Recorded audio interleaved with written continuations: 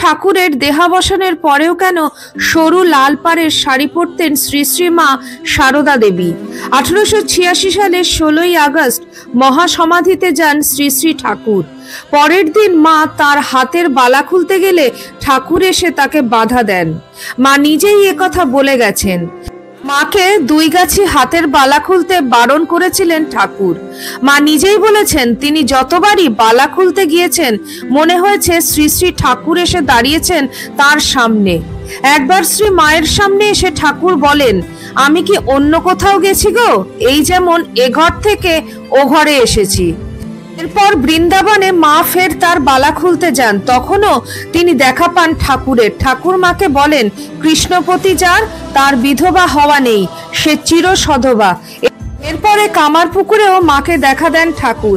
তারপর থেকে মা হাতের দুগাছি বালা আর সরু লাল পেরে শাড়ি কখনো খোলেননি।